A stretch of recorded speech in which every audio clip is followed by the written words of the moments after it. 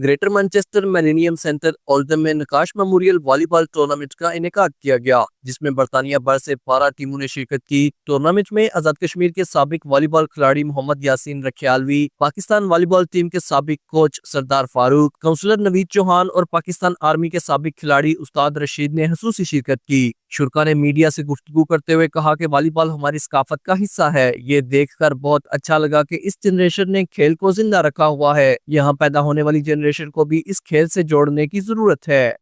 ये जो एक जिसकोयन में हम यहाँ खड़े हैं, अभी जो एक हो रहा है यहाँ पे वॉलीबॉल का टूर्नामेंट, ये बहुत ही अच्छा लगा और ये हमारी सकाफत का हिस्सा है। और हमारे सारे लोग कोऑपरेशन मैंने जो देखी और जो कुछ ये इस जनरेशन कर रही है, ये बहुत ही अच्छा है। पाकिस्तान नेशनल टीम का मैनेजर हूँ।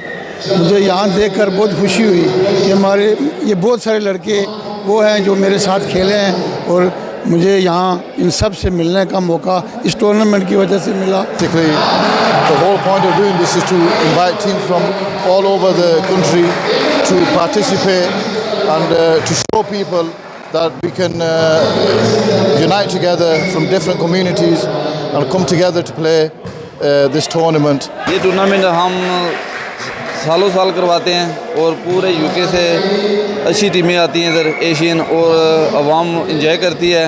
इंशाल्लाह हम अगले साल भी करवाएंगे।